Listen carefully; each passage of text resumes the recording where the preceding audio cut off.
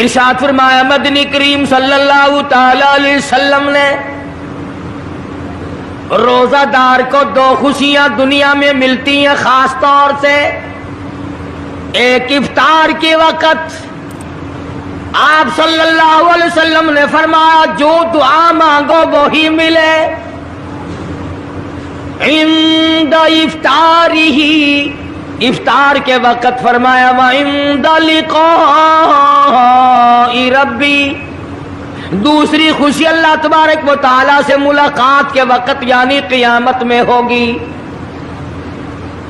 فرمایا میرے بندو میرا رمضان ہے، میرا قرآن ہے، یہ تمہارے لیے سفارشی بنیں گے. شہر رمضان الذی انزل فیہ القرآن ہدی للناس وبینات من الہدی والفرقان.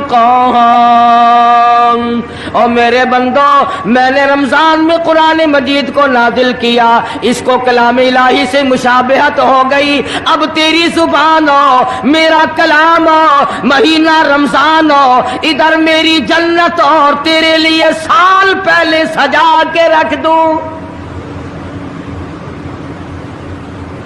بشرطے کہ تو اپنے گناہوں پہ ندامت کے آنسو بہائے. چکر بازی نہیں کرنی. فمن شہد منکم الشہر فلیصم. جس کو رمضان کا مہینہ آ گیا، زندگی میں مل گیا، اسے چاہیے کہ روزے ضرور رکھے. اگر کسی بیماری کی وجہ سے روزہ نہیں رکھ سکا، کسی شرعی عذر کی بنا پر روزہ چھوڑ دیا، سیدنا علی مرتضی رضی اللہ تعالیٰ عنہ فرماتے ہیں جس نے رمضان کا روزہ ایک روزہ چھوڑ دیا، کسی عذر کی وجہ سے چھوڑا، سفر کی وجہ سے چھوڑا، یا عورت نے مینٹلی کورس کی وجہ سے چھوڑا، یا کسی اور عذر کی وجہ سے چھوڑا، حضرت علی فرماتے ہیں رمضان کا ایک روزہ جو چھوڑ دیا 100 سال تک برابر روزے رکھتا جائے، رکھتا جائے، رکھتا جائے. ایک روزے کا بدلہ 100 سال کے روزے نہیں ہو سکتے.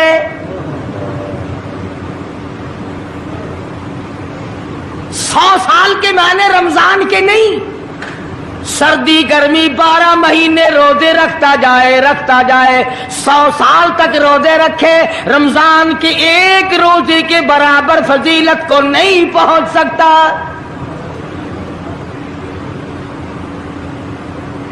آج تو کئی مرد کہہ دیتے ہیں میرا دل گھٹتا ہے، عورتیں کہتی ہیں دل گھٹتا ہے. میں کہتا ہوں آج گرمی کی وجہ سے دل گھٹتا ہے، کل قبر میں کیا گھٹے گا؟ جہاں کوئی ہوا نہیں، کوئی پنکھا نہیں، کوئی ایئر کنڈیشن نہیں، چاروں طرف سے بند، لاکھوں من مٹی کے نیچے لیٹنا، وہاں کیا کرے گا دل؟ کیسے نہیں گھٹے گا اور کیسے گھبراہٹ نہ آئے گی؟ امام الانبیاء محبوب کبریا حضرت محمد مصطفیٰ صلی اللہ تعالی علیہ وسلم نے فرمایا او لوگوں قدر کرو رمضان قرآن کی، قیامت میں یہ دونوں چیزیں تمہیں کھینچ کر جنت میں لے جائیں گی. قبر میں آدمی لیٹا ہے، عذاب دینے والے فرشتے سرانے کی طرف سے آنے لگتے ہیں، اس طرف سے نماز آ جاتی ہے، تم اس طرف سے نہیں جا سکتے، اس نے نماز کبھی قضا نہیں کی. دائیں طرف سے آنے لگتے ہیں، ادھر سے روزے آ جاتے ہیں، ہمیں کبھی قضا نہیں کیا، تم اس طرف سے عذاب دینے کے لیے نہیں جا سکتے. بائیں طرف سے آنے لگتے ہیں، کھبی طرف سے آنے لگتے ہیں، ادھر سے زکوٰۃ آ جاتی ہے کہ تم نے کبھی زکوٰۃ اس نے کبھی قضا نہیں کی، کبھی نہیں ادا چھوڑی، ہمیشہ ادا کرتا رہا، اس لیے تم اس طرف سے نہیں جا سکتے. پیروں کی طرف سے جاتا ہے تو حج آ جاتا ہے، اس نے مجھے ادا کیا تھا. جب اوپر کی طرف سے آنے لگتا ہے، رمضان قرآن آ کے صاحبان کی طرح چھا جاتا ہے اور آواز آتی ہے او او فرشتوں جس کو میری رحمت نے چاروں طرف سے گھیر لیا ہو تم عذاب دینے کی کوشش کیوں کر رہے ہو؟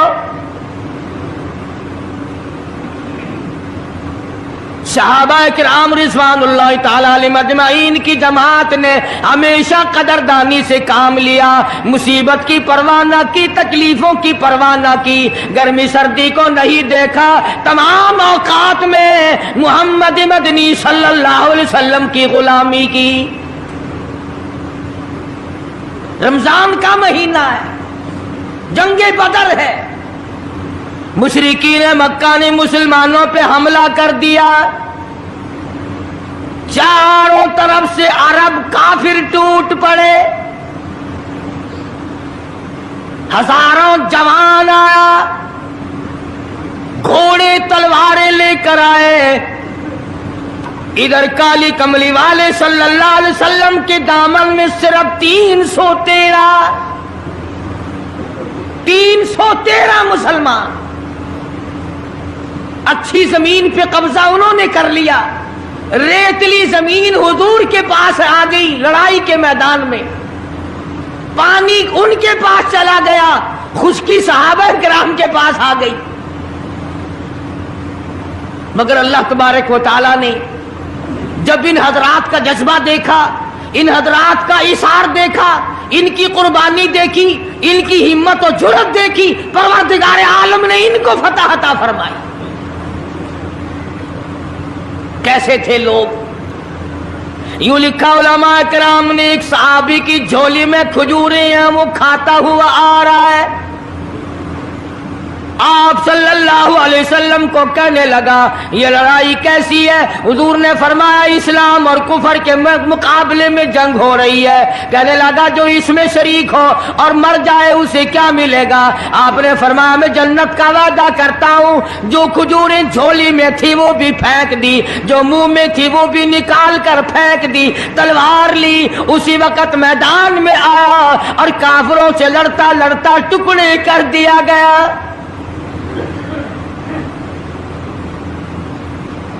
یہ حضرات کبھی گرمی سردی کو نہیں دیکھا کرتے تھے، آج بہانے بناتے ہیں لوگ، مجھے فلاں بیماری ہے، مجھے فلانی بیماری ہے۔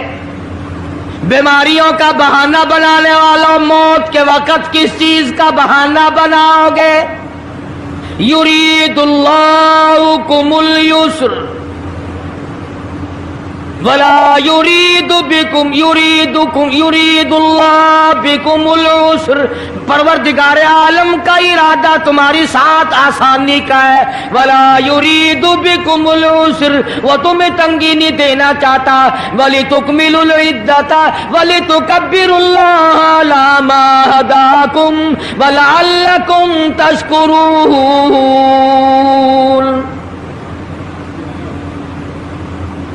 اللہ پاک جو کہتا ہے کہ پانی نہ پیو، کھانا نہ کھاؤ، بیوی کے پاس نہ جاؤ، اللہ میاں کا اس میں کیا فائدہ؟ پانی نہ پیو تو کون سا پانی بڑھ جائے گا؟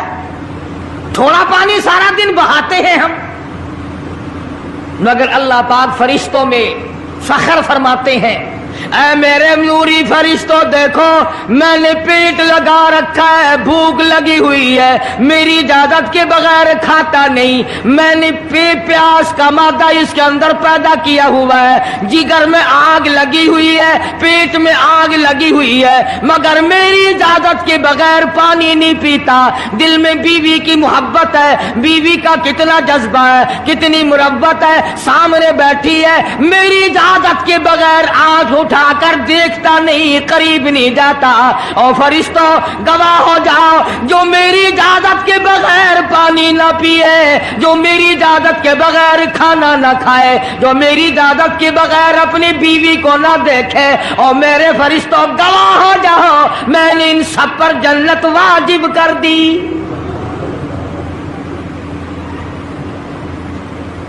بات تو اس کی رضا کی ہے، اگر رضا مل گئی تو سب کچھ مل گیا، اگر خدا کی رضا نہ ملی تو برباد ہو جاؤ گے۔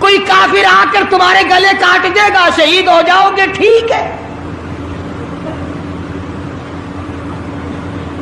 صحابی کہتا ہے ادھر دائیں طرف والے نے آنکھ کا اشارہ کیا، ادھر بائیں طرف کھڑا ہونے والا بچہ تیار کھڑا تھا، میں نے انگلی کا اشارہ کیا، وہ سرکس گھوڑے پہ سوار ابو جہل آ رہا ہے۔ صحابی کہتے ہیں میرا دایاں بایاں پاسا خالی ہو گیا، بجلی کی طرف دونوں دوڑ گئے، اور حالت یہ بنی کہ قسم کھائی کہ مر جائیں گے یا ماریں گے ناری کو، قسم کھائی کہ مر جائیں گے یا ماریں گے ناری کو، سنا ہے گالیاں دیتا ہے وہ محبوب باری کو، سنا ہے محمد عربی صلی اللہ علیہ وسلم کو گالیاں نکالتا ہے، تم کیا چیز لے کر حملہ کرو گے، تمہارے پاس کیا چیز موجود ہے؟ کہنے لگے نہ تیغ و تلوار پر تکیا، نہ خنجر پر نہ بھالے پر، بھروسہ ہے بس ایک سادی سی کالی کملی والے پر، تیغ و تلوار نہیں ہے، شہنشاہ کائنات کے فرمان پہ یقین کرنا ہمارا سہارا ہے، یہی ہتھیار ہے، یہی ساز و سامان ہے۔ عبد الرحمن بن عوف رضی اللہ تعالیٰ عنہ کہتے ہیں کہ میری نظروں نے دیکھا ابو جہل کی دونوں ٹانگیں کاٹ دی، بچوں نے نیچے گرا لیا، اور صحابی کو آواز دی ہمیں گلا کاٹنے کا طریقہ نہیں آتا، جلدی آؤ اس کافر کا گلا کاٹو۔ صحابی نے آگے بڑھ کر اس کا گلا کاٹنا شروع کیا، تھا کافر، تھا بڑا بہادر، بزدل نہیں تھا، ڈلا ملا نہیں تھا، کہنے لگا ذرا نیچے سے گردن کاٹنا، جب سر رکھے جائیں گے تاکہ صاف معلوم دے کسی سردار کا سر ہے۔ صحابہ کرام کے بچوں نے ابو جہل کو کاٹ مارا، رمضان کا مہینہ تھا، جنگ بدر تھا، خداوند عالم نے 5000 فرشتے بھیج کر صحابہ کرام کی امداد کی۔ آج ہم ایمانداری، انہوں نے جنگ کیا، انہوں نے کافروں سے رمضان کا مہینہ منوایا، آج مسلمان رمضان کا مہینہ نہیں مانتے، سگریٹ پیتے پھرتے ہیں، کھلے بندوں چائے پیتے ہیں، بوتلیں ڈھکارتے پھرتے ہیں۔ خدا کی قسم اگر اسلامی حکومت ہو ان کو کوڑے مارے جائیں، ان کو پکڑ کر سزائیں دی جائیں جو رمضان المبارک کی بے حرمتی کرتے ہیں، بے عزتی کرتے ہیں، اور رمضان کی توہین کرنے والوں، اللہ کے بھیجے ہوئے رمضان المبارک کی بے عزتی کرنے والوں، خدا کی قسم قبر میں وہ شدید عذاب بھگتنا پڑے گا جس کی انتہا کوئی نہیں۔ کیا خیال ہے کہ یوں ہی کام چل جائے گا؟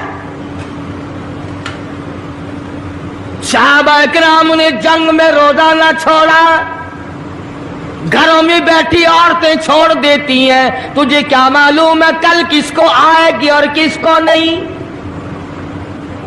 کیا معلوم کل کون؟ یاری والے پیر کا مسئلہ سنو، کتاب میں نہ ملے ذمہ داری سے کہتا ہوں، غنیت الطالبین کتاب اٹھا کر کے دیکھو، صفحہ 1059 سے لے کر 64 تک کو پڑھ کر کے دیکھو، علامہ فرماتے ہیں یاری والا پیر کہتا ہے، شیخ عبد القادر جیلانی لکھتے ہیں، محبوب سبحانی فرماتے ہیں، جس آدمی نے، جس عورت نے جان بوجھ کر نماز قضا کر دی، فنکاحها باطل باطل باطل، فرماتے ہیں نکاح اس کا ٹوٹ گیا، اولادھا حرام، اولاد حرام کی پیدا ہو رہی ہے۔ ہاں، بڑے پیر کا نام لینا سوکھا، مسئلہ ملنا بڑا اوکھا ہے۔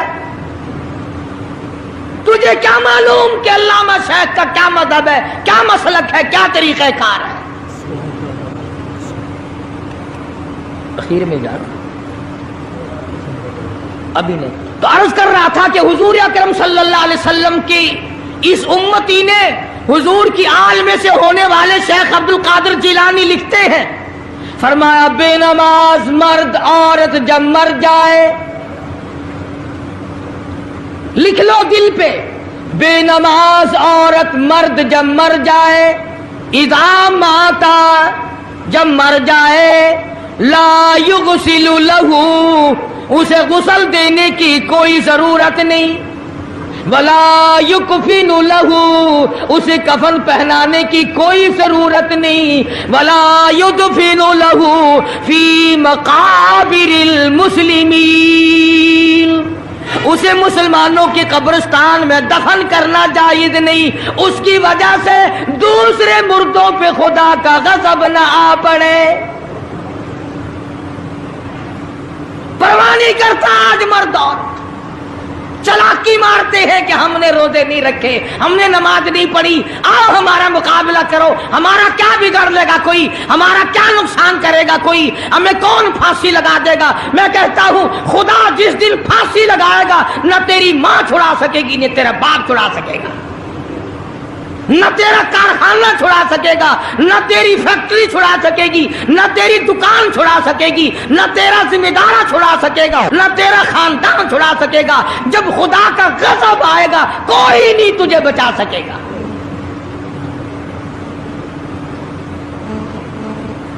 اسلام کو مذاق نہ بناؤ۔ رمضان میں رشوت لے رہے ہو، اللہ پاک دیکھ رہا ہے، اللہ کے فرشتے لکھ رہے ہیں، حرام لپیٹ رہے ہو۔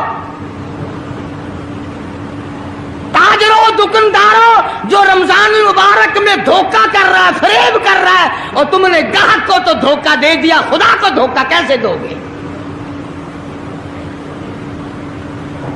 اپنے خیال میں کمائی کر رہے ہو، نہیں، بربادی ہو رہی ہے، بربادی۔ ارشاد فرمایا مدنی کریم صلی اللہ تعالی علیہ وسلم نے، جو آدمی رمضان کا ادب نہیں کرتا، احترام نہیں کرتا، چاہے وہ روزہ بھی کیوں نہیں رکھتا ہے، فرمایا بجز بھوکا مرنے کے اسے کچھ حاصل نہیں، کوئی چیز حاصل نہیں ہوگی۔ روزہ بھی رکھتا ہے، جھوٹ بھی بولتا ہے، روزہ بھی رکھتا ہے، غیبت بھی کرتا ہے، روزہ بھی رکھتا ہے، عورتوں کو بھی تاڑتا ہے، روزہ بھی رکھتا ہے، بدماشی کرتا ہے، جوا کھیلتا ہے، حرام خوری کرتا ہے۔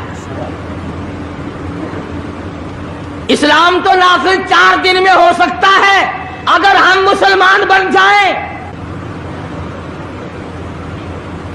جنازے تو جنازے رہے، یہاں تو قرآن مجید کی والی وال ہوتی ہے، ملا اس طرف بیٹھ جاتا ہے، مرنے والے کا بھائی یا کوئی وارث اس طرف بیٹھ جاتا ہے، قرآن مجید کے اوپر 5 روپے رکھ کر ادھر سے ادھر پھیر دیا، ادھر سے ادھر پھیر دیا۔